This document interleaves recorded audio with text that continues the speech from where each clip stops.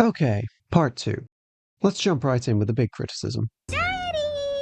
It's time for our dance! This is the one that everyone knows. Anybody who has engaged on any level with criticism surrounding this movie knows how bad this moment is. She's the bunny that saved my life yesterday! It's the quintessential Deus Ex Machina.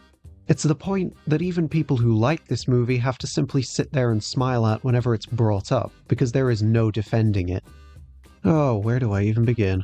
This is no longer just a case of someone happening to be in the street at the wrong time, which was fine because that's perfectly plausible.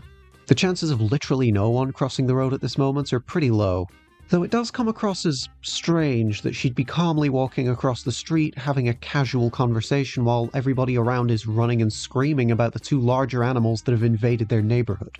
Out of the hundreds of thousands of murine inhabitants in this district, it just so happens that the one rodent that Judy took special effort to save is the daughter of a mafia boss, who would have her life in his tiny little hands mere hours later. What do you even say to that? It's peak contrivance. I mean, I shouldn't say that yet because there is quite a bit of this movie left to go, but that's pretty bad as far as contrivances go. Like, insanely bad.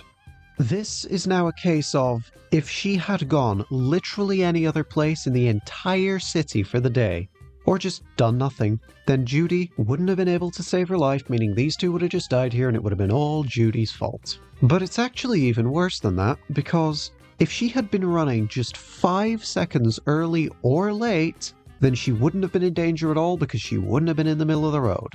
It's almost like the writers wrote these scenes wondering, how do we make this more contrived? How do we make this less based on cause and effect? That's a fucking other time-based convenience to push the plot. I'm gonna start keeping a counter. Could they really not have come up with a single better excuse for getting these two out of certain death? Was it really just this She's the bunny that saved my life yesterday! or nothing? Could your goblin brains not think of any other possibilities? You want to find out it, then talk to the driver of the car. Lives in the rainforest district. You don't want to call him up real quick? They have to walk there. You're literally about to let a police officer who you just tried to kill go free with a witness who you also attempted to murder, and help with her investigation, which has literally led her to you. Not a great plan. But you couldn't be bothered to call him up. If you're gonna fraternize with the police, you might as well go all the way, right? I'm assuming this guy has never heard the expression digging your own grave. I still think you were in the wrong. He's putting himself at so much risk here for no gain. His daughter was specifically pissed because he was killing people at her wedding. How is the solution for this not to just have him lock Nick and Judy up somewhere to kill later and then they escape? You can still have her get the information she wants, just in a different way. And it would let you avoid the, awkward optics of having her work with the mob. I get that they want Judy to have this information as quickly as possible because they want the action set piece for the story to be the Manchas chase. But that doesn't make sense, when calling would be quicker, easier, and it's not as if Mr. Big can pretend he's against helping the police at this point. All you'd need to fix this is a line where he gives them the info and then says he's entertained them long enough, and then looks up and goes, "Get the hell out of my house," or something like that. That's all you need. Make it clear he's only tolerating them for a short time and isn't willing to go any further. Now, I still think that's shit. He should kill them both, or get Judy on the hook for something. But no, they leave on good terms, yet he still sends them to the Rainforest District instead of just calling up his driver and ordering him to talk to Judy about what happened. Because the writers want an action scene, and there's apparently no other way they could think to get it to happen than this. After leaving Mr. Big's place, they both eventually arrive at Manchas' house together. Right. I would have expected Nick to leave Judy in the dust the second they got out of there, whether or not he managed to get his hands on that pen, since she's already proven she's willing to let him die if it furthers her goals, but whatever. Despite them getting some useful information from Manchas about the Night Howlers, it isn't long before he goes savage too and starts trying to kill them. Hauser, listen to me. We have a 1091. Oh, so now you remember your radio. That would have probably come in handy a little earlier. What? I'm sorry? Where were you keeping those? Your prison wallet? They're wider than you are.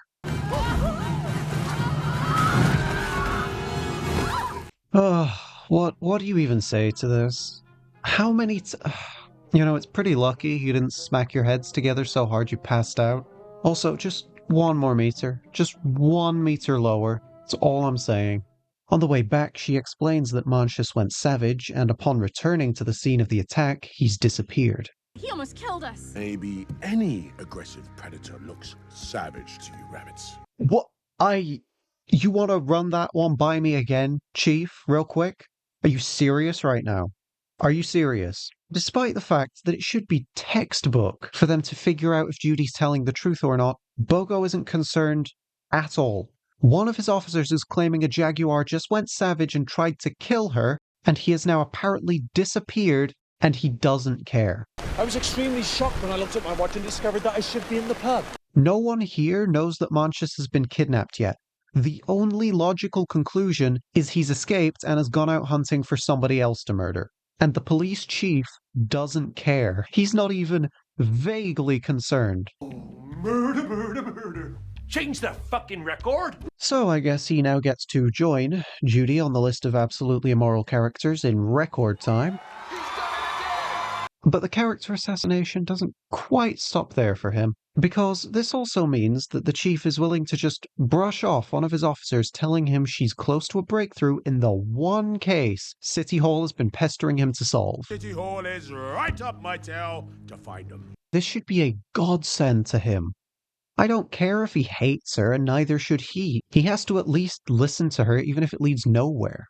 But instead, no, he just hates her and doesn't trust her, despite sending multiple squad cars as soon as he realizes she's in danger and going there personally. What the? If you're going to have him go that far for her and literally come all this way, then you can't also have him just immediately conclude nothing happened despite the testimonies. Wait, that's not true either. By his own admission, he doesn't think nothing happened. He believes her that there was an aggressive predator here. Maybe any aggressive predator looks savage to you rabbits. He conceded that just before he said it probably wasn't savage, so where is it? I guess he really just isn't going to track a suspect down that he himself believes tried to kill an officer. What absolute horseshit. Right, okay. It's not even just her word that he'd have to go on either. She got a testimony from Manchus about 5 or 10 minutes ago, and he isn't here now. If he doesn't believe her that Manchus went savage, then he should absolutely believe that he was abducted because he's disappeared. Why is he not at least concerned with finding the newest missing mammal while the trail is still blazing hot? You've got a better chance of finding him now than ever before. He just got abducted. The people who took him are probably still on the road right now, and if you get him back, he can corroborate your officer's theory. It's the best lead the police have, and what, he's just going to ignore it because he's an asshole? Look, all I'm saying here is the chief showing up personally with an army of squad cars to tell his officer they do not take her seriously is something I would expect to see in Police Squad. It belongs in a parody. That's how absurd it is. We're sorry to bother you at a time like this. We would have come earlier, but your husband wasn't dead then. He demands her badge back due to her lack of progress in the case, but Nick sticks up for her and manages to get the chief to back off somewhat. Good day. Wait, where are you going? You're leaving the crime scene. There could be evidence there. In fact, there has to be evidence there, right? You're not even going back to check his house out? The house where he turned? What? Why are you going to the city? What's there? There's nothing you need there. You're just going the wrong direction. The kidnappers, as we'll find out in a minute, are literally minutes away from you. And you're just leaving? You're seriously not even going to search the surrounding area or question anyone that might be around that saw something or look for evidence of tire tracks that might indicate a kidnapping? Skid marks. Now who's being childish? What about your handcuffs? Where did they go? Were they broken open? They must have been. Surely there would be some evidence of that. What kind of training did you have? Maybe the chief was right. She really is useless. Shut your tiny mouth now! Well, at the very least, he's sticking around to examine the... Oh, no, he's leaving too. It's your job, isn't it? Detect! As they gondola their way back towards the city, Nick opens up a little about his childhood. I guess he's forgiven Judy for nearly getting him killed earlier. Twice. Basically, he tells a story about getting prejudged because he's a fox. The story itself really isn't that crucial to the narrative, it more so just serves as extra characterization for Nick. Though I do just want to comment on this moment here. What did I do wrong, you guys know? Please tell me, what did I do wrong? What did I do? I'm happy to call this decent voice acting, albeit with some pretty bad direction. He's speaking with that weird muffled voice, like he's been muzzled from the very beginning, but it doesn't happen until after the sentence is over. Apparently, whoever was supervising the VA here didn't tell him that, and they just decided not to re-record the line. Don't you think that is tip-top? No. Either that or they missed it, but it's a pretty obvious fuck-up if you're looking for flaws. After the flashback, one of the remaining synapses in Nick's brain fires for once, and he has an idea. A phenomenon his partner has apparently yet to experience. There are traffic cameras everywhere. Whatever happened to that Jaguar? The traffic cams would have caught it. Oh my god, you're a genius. How this wasn't the first idea that everybody came up with, I do not know. If you asked me to track kidnappers down and I had access to police resources, the first fucking thing that I would do would be look at all the surveillance footage from the surrounding area, because the kidnapping happened somewhere and it's probably been caught on camera. For some reason, in this scene, the writers drop this on us like it's some big reveal, which is part of what makes this so bad in the first place. They seem to think this is really clever. They seem to think that the reveal that cameras exist is a reveal. Truly, you have a dizzying intellect. Wait till I get going! Where was I? This is the first thing literally anyone, anywhere would think of if they had to track somebody across a city. I think they're both pretty stupid for not instantly jumping to the cameras as their first idea, but Nick at least has the excuse of not being a trained police officer who was top of his class. I swear, they never should have fucking told me that she graduated top of her class. It makes some sense that it would take him a little while to think of that idea. Judy has zero excuses and he still comes up with the idea before she does. How embarrassing. Dumb bunny. At this point in the movie, I'm not even sure what to make of her character. She has very strong elements of both immorality and airheadedness, and I'm not sure which is stronger yet. Fuck it, forget the police academy. I'm wondering how she even managed to graduate high school if this is her level of critical thinking. If you didn't have access to the system before, I doubt Chief is gonna let you into it now. Oh dear Jesus. We're back to this, are we? Why is that a thing you're thinking? Why would you assume that after explaining you need access to the city surveillance system to find a kidnapping victim that he would not care? You already know exactly where and when you need to look over with the cameras, so it would take literal seconds. And as long as you can prove that either a chase or a kidnapping took place, you're back on track. Yes, the Chief has a clear dislike for you, but there is no reason to assume he would be so narrow-minded as to not be willing to even entertain the idea that the cameras might be able to help solve this issue. And this really does need to be addressed. Why doesn't she have access to the system? We know it's been at least 2 days since she started here, which is more than enough time to enter somebody into your database with their own credentials. This is an officer of the law who still doesn't have access to police systems. If she brings a criminal in... If she literally did bring a criminal in, did she just hand him off to somebody else for processing? No. But I have a friend at City Hall who might. Why are you agreeing with him? Why are you so dumb? Why are you both so dumb? Oh, for God's sake, you deserve each other. You're dumb for saying it in the first place, and you're dumber for agreeing with him. In fact, you know what? That's perfect. Dumb and Dumber. Lloyd and Harry right here. Our pets' heads are falling off! And this is all ignoring the fact that Judy does actually have access to the system, because she pulled his tax records earlier. And if you think this movie has gotten bad yet, just fucking wait. We are so close to some of the worst scenes. And just real quick, as an addendum to this entire awful scene, I would like to point out that when they got on this gondola, they didn't know they needed to go to the city. Meaning, once again, they just got lucky that their destination happened to be the correct one. If it had turned out they needed to go back to the crime scene to, examine it, they would have just wasted a massive amount of the remaining time that Judy has. Turns out, Judy's idea was that instead of going to the police, she instead was going to go to the deputy mayor for help. Now, in isolation, this isn't a bad idea given that she already has a rapport with Bellwether, but they still haven't justified why going to the police isn't the default option. We're in. Oh. So there is just clear footage of the entire chase. which proves everything she said previously. Great, good to know the Chief of Police passed on this golden opportunity. Timberwolves. Look at these dum-dums. You do not get to say that out loud after the way you've been acting. Let's find out where they went. Oh, how lovely. There was literally footage of the kidnapping as well, and the chief just didn't even check. He just assumed she was lying. This could very well be the stupidest person on the face of the earth. Perhaps we should shoot him. Where does that road go? Oh, damn. You actually found their hideout? Oh. Well, I guess this'll be cool. We'll get to see a police raid and see the chief actually working with her instead of just discarding the very credible leads she brings him because he doesn't like her stupid bunny face.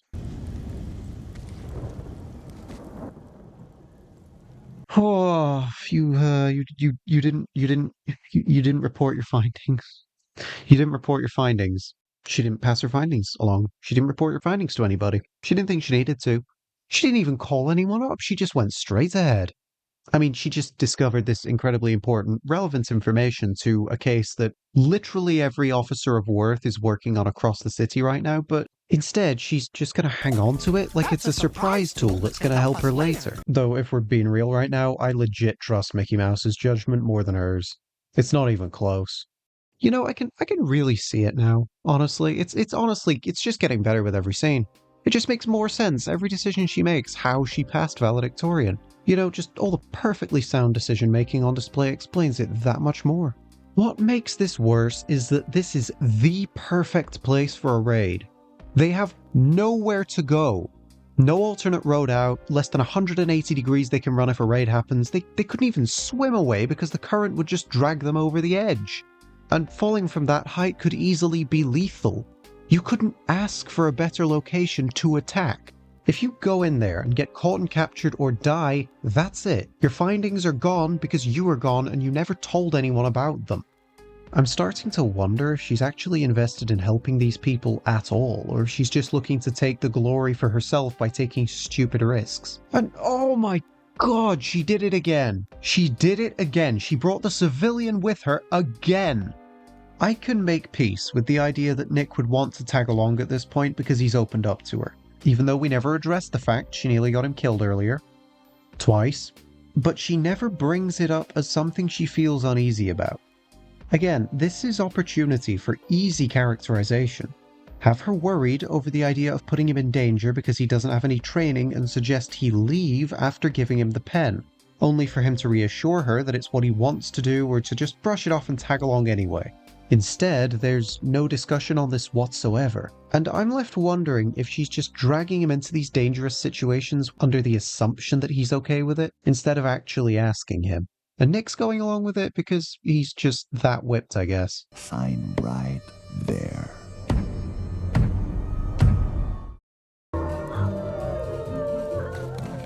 How exactly did they just sneak inside by distracting the guard outside? Are there no cameras anywhere? Is no one watching the bridge? It would have honestly been a good joke to cut to the security room inside the building and the guard is also howling so he can't watch the cameras. I suppose it's not an insane stretch to assume that's what happened, but I still think this needs to be clearer. Because as it stands, this is just another instance of the writers ignoring the existence of cameras so they can tell their stupid story. You are a clever bunny. Oh, if only saying it made it true. Okay, all clear. Again, there's no cameras here anywhere? Maybe the argument here is that the people running this place don't want footage of themselves being here? But the value cameras provide vastly outweigh the negatives. You know, like not being able to tell when somebody's broken in. And if you really don't want to be recorded, you could just tell your men to turn them off when you arrive. How did they capture all these animals under the raid? You know what? Questions for later. But you know what isn't a question for later? How did they even know how to get to them in the first place? Judging by the cameras, this chase started at about 11:23 and lasted until, let's be generous and say 11:30.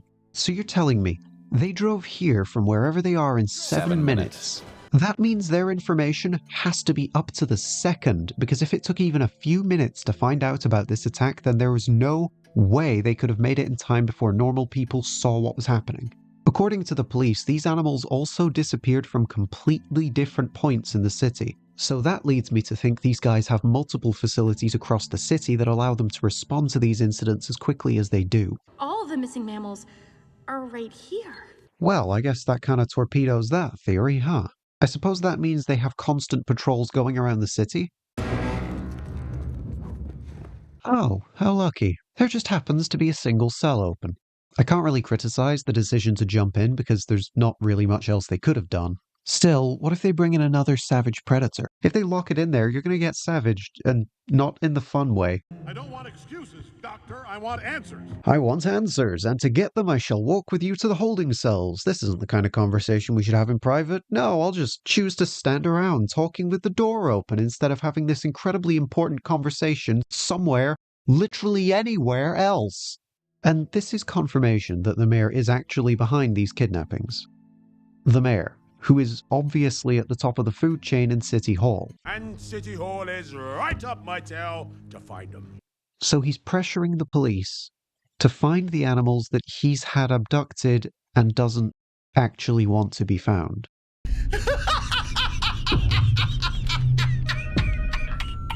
Oh, my head. So he's only a responder in all this, then? He's just doing this to get them off the streets. Right, so remember that whole theory about the patrols I came up with just now? Well, fuck all that, this makes even less sense. When the first predator lost it, how the hell did the mayor get to it before people reported it to the police? Did it go crazy in his office or something, and what, he just body slammed it and choked it out? Because of course the mayor is a professional wrestler. And then thought, instead of reporting this to the police, I'm going to create a secret police that will detain it until it wakes up. But why? Why would you do that? Why would you do any of that? How did the mayor even set this secret police up in the first place? Did they exist before animals started going crazy? I guess they must have, because I don't see how he could have gotten to the first crazy predator in time without them. But even if they did, how did they capture the first one? Am I supposed to believe they just all had net guns even before everyone started going savage? The more you think about this, the less sense it actually makes that he could have gotten to any of the crazies in time. The only one that was reported to the police as a savage predator was Montius. At least there is a line of reasoning for how he found out about the jaguar, because maybe he's listening in on the police. But for the others, they're all missing persons cases, meaning no one saw anything that would suggest they went savage, or if they did, they didn't report it like with Otterton. So how exactly did he find out about the others if no one was calling this stuff into the police? If a predator goes savage in a remote area and someone sees it, they would obviously call the police, at which point it's too late. The police would already be aware of an attack, meaning what must have happened is that none of the others were spotted before these guys were able to get to them. Which means that's 11, 12, 13, 14. It's 14. 14 cases of incredible luck allowing the mayor to somehow keep this secret from everyone. Then again, we've seen how the police treat cases like this, so maybe they did get calls and just fucking ignored them. Didn't forget. Just don't care. But going back to how this is even possible in the first place, to put this in perspective, in order to accomplish this, the mayor would have to have a team of hundreds of people in this place, all watching the cameras diligently across the entire city, just waiting to see something weird going on so they can report it. Is Lionheart the florist of Psy? Is that what's happening here? And the worst part of all of this is that even if I go full good faith and assume all of that crazy bullshit is true, that would mean Lionheart simultaneously monitors the entire city so closely his teams can get to savage predators before the police even know about them, while simultaneously employing no one to monitor the cameras in his literal holding facility for the afflicted animals. Sometimes my genius is... it's almost frightening. And this isn't even the worst part of this movie. And we're not even done with this scene yet, because that was a clear admission they don't understand how this disease works yet. Because I got 12.5 animals here who've gone off the rails crazy, and you can't tell me why. So what if it doesn't last? It'd be pretty awkward if the Night Howler wore off and Lionheart just walked in here brazen as all hell and revealed himself to the recovered animal. There would be no way for him to explain that, no good way at least. Surely he'd want to stay as far away from this area as possible. Crazy idea, maybe you should put a few cameras in here. Then again, maybe you shouldn't have come to the holding cells in the first place. then again, maybe you shouldn't have come here at all. You're the mayor of the city. If you're ever seen here and someone finds out what's going on, that's it. You're done. A better idea would be to just talk over the phone. Or better yet, have this doctor meet you someplace private. Or even better yet, have her give a burner phone to one of the Timberwolves that she can call. And then the wolf meets up with him so you can safely talk over the phone without either of you ever being seen together. Then you just microwave it. The more you think about this, the more you realize that the only reason he's here right now is because the writers wanted to fast track this part of the story, they wanted it to be over with, and they couldn't contrive a way to get the mayor here, so they just said, fuck it, and placed him in the scene. And finally, Nick said earlier this has only been going on for 2 weeks. In 2 days to solve a case you guys haven't cracked in 2 weeks? No, I don't know how he knows that, but if he's right, and the chief doesn't correct him when he says it, then how the hell did the mayor of a major metropolitan city set a system of detection and capture of savage predators by his secret police up under the radar in sorry, I'm being generous, less than 2 weeks? Because it would have to be less than 2 weeks, unless of course this system existed before. Was the mayor capturing and bringing animals here prior to them going savage?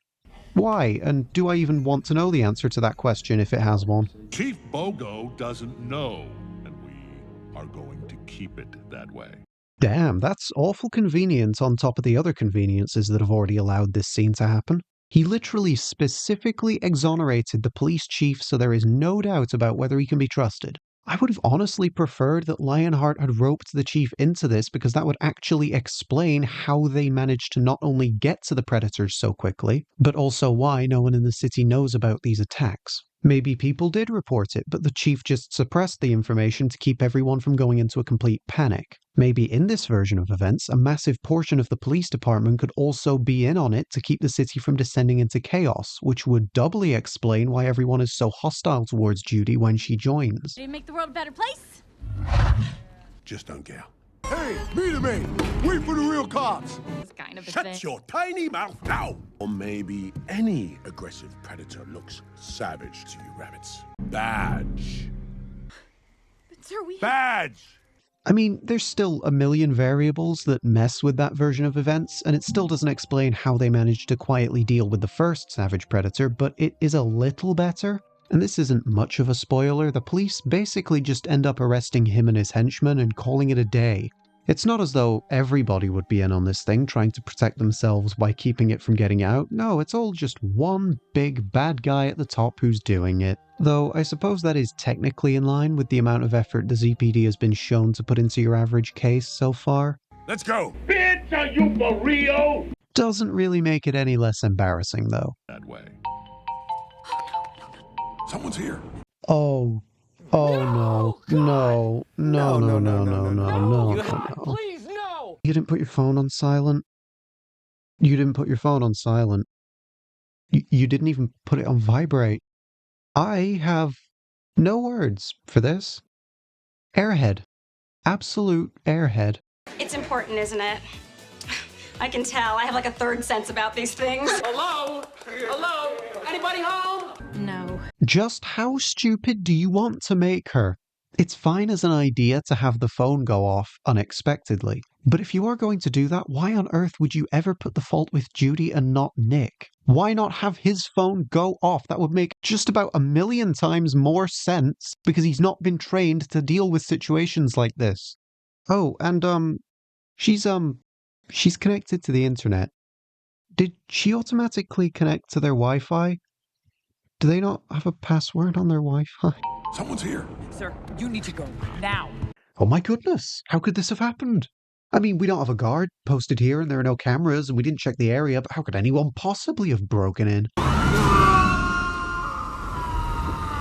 So, remember when I said they couldn't even swim away because the current would just drag them over the edge, and falling from that height could easily be lethal? Yeah. We gotta tell Bogo! Oh, now you have to get it to the chief. Not earlier, not when you're going in completely blind. Not when... You know what? She did the right thing in the end. That's all that matters. Hey, Bogo! Not now. Wait, is that Gazelle? No! I'm Gazelle, and you are one hot dancer. I like the joke, but he's doing this while 14 people have gone missing in the past 2 weeks. Actually, it's starting to make a bit more sense why the police haven't found any of them yet. In the back of my mind, I was kinda hoping maybe the chief is holding on to that case file so he can work on it himself. This is what he's actually doing with his free time. What an awful character. Oh hey, look at that, they've completely covered the bridge and surrounded them and there's nowhere else for the rest of them to go. Huh, it's almost like this was the perfect place for a raid or something. Imagine that. You don't understand! I was trying to protect the city! He's still here? What, did the lockdown trap him in the building as well? Why didn't he leave the second it started? As we know, there are no cameras in the detention area or on the bridge. So why would there be cameras in the building? Why couldn't he just leave? Sir, you need to go now. And I know I haven't been keeping up with the luck counter. But, in my defense, when I started it, I didn't quite realize just how many instances of insane luck there was throughout this movie. Maybe I'll do a roundup at the end. Ladies and gentlemen. Oh god. Here we go. This scene. They're giving a press conference about the missing mammals which the chief is letting Judy speak at because she's responsible for this case being solved. Okay. All going well so far. Let's see how they managed to screw it up. Are they all different species? Yes. Yes, they are. Okay, we can see that from the giant board behind you, love, but points for trying, I guess. Great journalism. Why is this happening? We still don't know. So, now would be when I follow up with, but as far as we can tell, it's not easily communicable. You know, to preempt the obvious waves of questions that are going to come in about whether people are safe. Let's see what Judy does. You know, I really don't know why this is such a big deal. I mean, she's got this in the bag, right? Just let everybody know you're still figuring out what's going on while focusing on your own accomplishments and the fact you've solved this case, and then get off the podium. Easy. It may have something to do with biology. Fuck's sake, Jesus! Christ! Okay. Instead of reassuring the press, and by extension the entire city, that this affliction is likely non-communicable due to the fact no one in the prison facility is showing symptoms, she tells them that predators are all predisposed to being savages despite there being literally 0 documented cases of this before today. It's been a day, if that, and you're making sweeping claims about something you know nothing about. Why is this happening? We still don't know. Also, I refuse to believe that as soon as she started saying this, the chief wouldn't just grab her by the ears and tell everyone they'll be right back just to stop her from starting a war in the city. A biological component, you know. We've got another fucking adjective to add to fucking smug and glum, haven't we? Fucking retarded! Keep in mind, she is completely making shit up here. This is like watching Basil Fawlty talk his way into a problem. All she has to say is nothing. I know nothing. Instead, she comes up with this completely fabricated theory nobody here asked for, with absolutely no basis in reality or evidence to support it, as if guessing at what the problem might be will in any way help solve it. When any normal person with a functioning brain in their head and a double-digit IQ would be able to tell you that maybe we should just wait for some tests to be run to find out if these animals have been, oh, I don't know, drugged? You know, something in their DNA. How can you possibly think that this is a good thing to say to the press? They're going to focus on whatever sounds most newsworthy. It's a fucking newspaper office! It's not a fucking sanatorium for the fucking deaf! And telling them it could be biological is going to spread so much misinformation it's going to be impossible to recover from. You didn't follow my instructions! Oh, well, Heil Hitler, bitch! I knew it. In their DNA, can you elaborate on that, please? Ah, yes, of course. Just give me a moment for my bullshit fabricator to kick into overdrive. I'm glad this flashback is as fast as it is. You know what? Let's take a break real quick to gently praise an aspect of this scene and get away from Judy's malfunctioning. Well, actually, how many times can her brain malfunction before I just accept that's how she normally is? It wouldn't have been too difficult to pick up on the parallel to Nick's childhood without it. The flashback makes it explicit, but it only lasts a split second, and it's also neat that they use the reporter's camera flash to transition between scenes, considering that something similar happened when Nick was getting muzzled as a kid. If it were longer, it could have felt as though the writers were treating the audience like idiots. As it stands, it's just long enough to put us in Nick's non-existent shoes, since he's making this connection in the moment as he realizes Judy's treating him the same way the scouts did. That was a nice break. Back to the regularly scheduled programming. In their DNA, can you elaborate on that, please? Let's say for some reason that we believe her on this, despite the fact she has no evidence for it. Why is nobody here curious as to why prey aren't also regressing back to being meek and feral? If predators are regressing but not prey, then surely the first thought you'd have is, oh, they're being exposed to something that only predators use. Instead, she just assumes it has something to do with biology. As if the natural assumption was that something inherent was causing them to magically regress thousands of years in an instant. Oh, and another minor writing criticism here. You don't need her to say reverting back. Reverting already implies a regression or a reduction, so saying back is just redundant. It'd be like if I described a monument as a strong, long-lasting object. Long-lasting already implies strength, so you don't need it. The only reason I'm focusing on this is because the rest of the script has been just fucking dreadful up to this point, and little things like this don't deserve to escape the chopping block just because they're small. Big or small, the writers should have caught these problems when looking back over what they'd written, which is something you'd expect them to do at a bare minimum given that they're getting Disney paychecks, which I would imagine are substantial. But even if they aren't and they're getting paid worse than your average retail worker, that's still not an excuse for producing bad work. It's an explanation if that's true, but this script still fucking sucks. Again, minor issue, but on top of all the other massive issues that are already prevalent throughout this movie, little things like this that could be so easily removed really annoy me, because it suggests they just didn't care. So she gets down and goes back to talk to Nick. Was I okay? You have to ask? Oh, you did fine. Bullshit.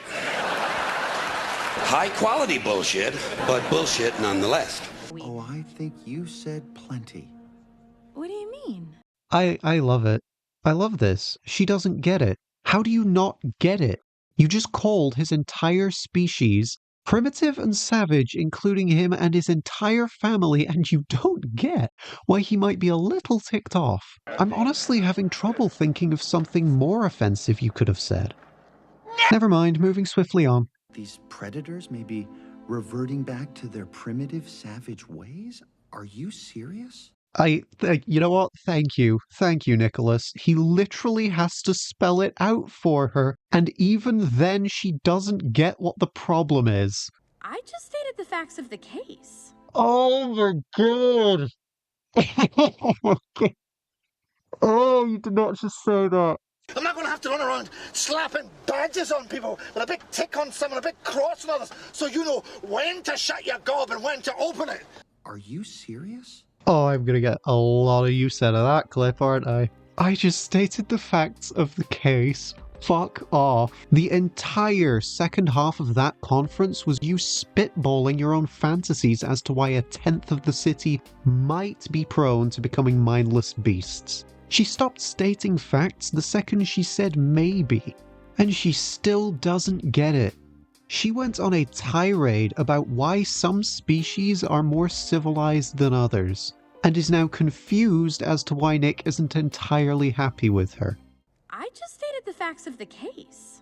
Even if she truly believes that, how do you not realize, as somebody with a reportedly functioning brain, that telling your friend he's biologically predisposed to being a mindless killer is a social faux pas? That is racist.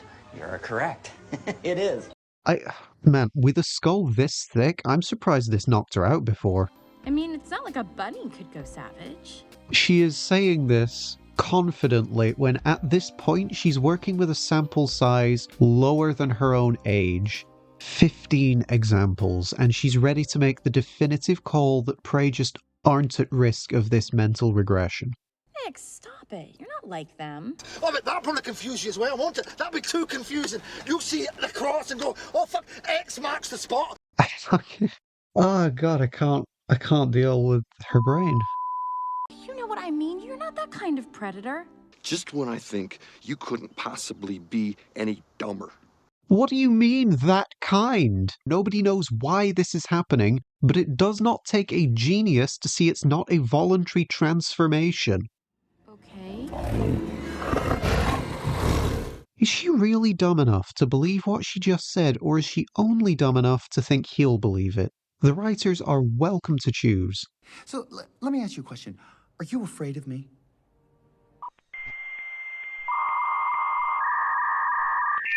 Do you think I might go nuts? She has no response. The person you just asked to be your partner on the Force is asking you if you feel safe around him, and you don't have an answer. What a cunt. Oh, you suck! I want to be clear here, though. I don't think that in isolation her displaying prejudice towards Nick based on his species is bad characterization in and of itself. If the press conference had taken a dark turn because she was unable to answer some hard questions despite trying to calm people down, and we took out all the stupid shit she made up, her acting the way she does afterwards would be much easier to reconcile, and she wouldn't come out of this encounter looking like an awful person. I understand that the writers wanted this to be the beginning of her low point, and so they had her say some extremely insensitive stuff combined with a healthy dose of guesswork to top it all off. The movie recognizes that she is obviously meant to be in the wrong here. My problem is they take it too far and have her say just about the worst things she could. The writers want us as an audience to recognize that she's intelligent. You failed! But they don't have her use that supposed intelligence here to make arguments that are more based in factual evidence but still faulty due to her bias against predators and more specifically foxes creeping in. In that version of this scene, her bias would be the thing she overcomes later in the movie to become a better person. Instead, she uses guesswork and makes up most of her arguments on the spot before being so blind to what she's just done that she doesn't even realize it might be a good idea to apologize to Nick. This is quite possibly the biggest problem with her character in this scene, and by extension the entire movie. On one hand, she has to be intelligent to have gotten to the position she's at, meaning she must also be smart enough to realize she just insulted Nick about as personally as she could have, especially considering his history with being prejudged by prey animals. But on the other hand, she constantly displays that she actually is this incredibly stupid over and over and over again. Like, what is this attitude that you have, you stupid fuck? I'm honestly unsure whether it's safe to call this character assassination, given that her character is already in shambles. The strongest, most consistent trait she's displayed so far is her idiocy. With how block-headed she's been shown to be, I can believe that she'd be able to say things this insulting and not realize what she's done. But if that's a consistent aspect of her character, then there's no way she could have ever been smart enough to graduate valedictorian in the first place. She's a walking contradiction of a character. Either she's smart enough to have made it here, meaning she's also smart enough to not say what she said in the press conference, or she's so stupid that what she said during the press conference is in character, but if that's the case, there's no way she could have ever made it here in the first place. Do you think I might go nuts? You think I might go savage? Oh my god, you are 24. How can you not think of a single thing to say? How do you have zero conflict resolution skills when you're a fucking police officer? Wait. What is going on in that empty little head? Just say no. Thoughts? I don't have thoughts. I'm fucking retarded. Okay, real quick. I don't know what it is. This bit always came across weirdly to me. You think I might try to eat you? I think it's the delay between Nick saying eat you and her actually going for the repellent. That tiny little delay there sounds very artificial. Eat you? Like if she was actually concerned about him going savage, she would have gone for it as he was saying that, not after. It's a tiny detail, and I'm not really sure I've got any kind of objective criticism to levy towards it, but it always stood out as weird to me. Have you ever been arrested, charged, or received a court summons? He puts yes, then scribbles it out and puts no instead. Like I said, the comedy in this movie is what brings it up a couple of points, and there are so many funny little details hiding in the background that make subsequent watch-throughs bearable. It's just a shame. All that effort for this.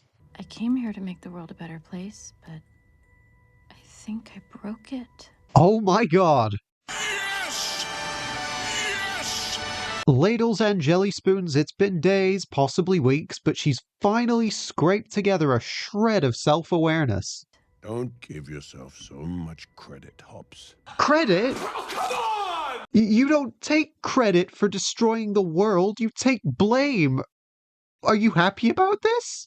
Just another weird little detail the writers should have ironed out but didn't. With all due respect, sir, a good cop is not supposed to make baseless accusations about 1/10 of the city's population, I agree.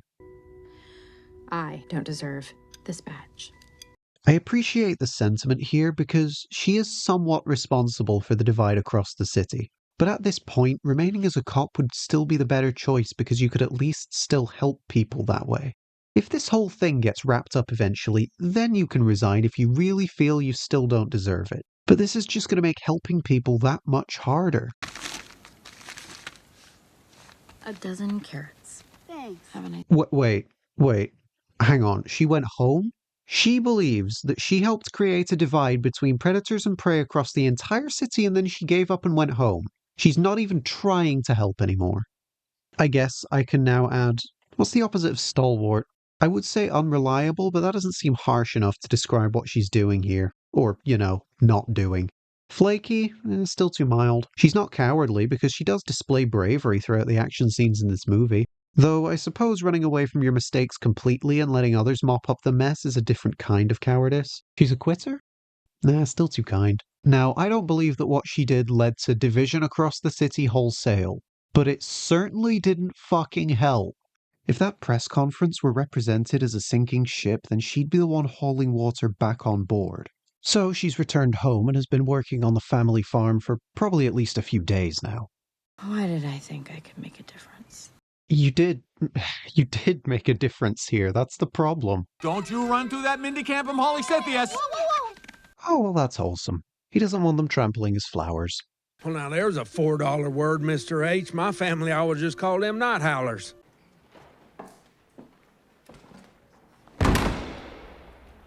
Legitimately, impressively bad.